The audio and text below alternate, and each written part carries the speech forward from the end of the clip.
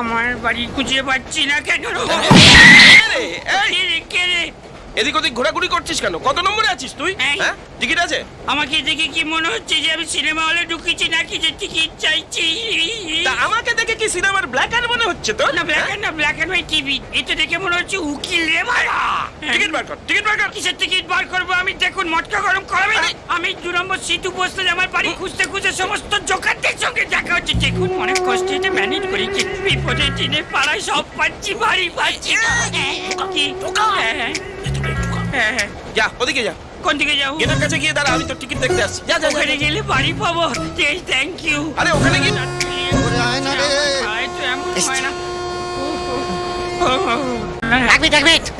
Train আমরা ঢুকছে, হ্যাঁ দেখো দেখো হ্যাঁ। সুইচ অফ করে রেখে দিয়ে বলছি যে আপনার হ্যালো করা হয়ে গেলে আমায় একটু দেবেন, আমি একটু হ্যালো করবো।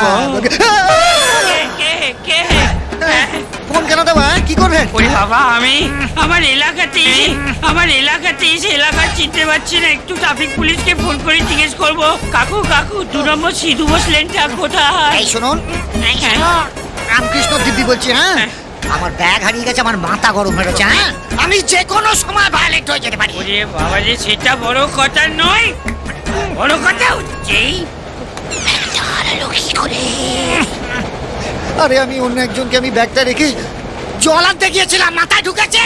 ওরে বাবা, মাথা পুরো শিয়ালদা সাবয়ে যা দেবেন হুকুট করে ঢুকে যাবে। ভুলে যা।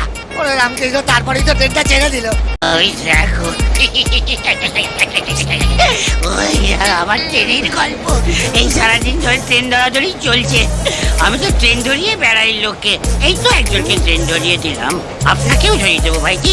বলুন কোন ট্রেন? আমি, আপনি, আপনি, আমি এই যে ট্রেনে রয়েছি, ট্রেনে। ভদ্রলোকের ছেলে মনে হচ্ছে। এত মদ কেউ খায়? কত পেক মদ খেয়েছেন? আপনি বলুন শুধু কোন ট্রেন ধরবেন, সেই ট্রেন ধরিয়ে দেবো। রামকৃষ্ণ গো! একজন প্যাসেঞ্জার আছে, বাবা দুটো না খেয়ে শুধু ঘুমো। Yeah.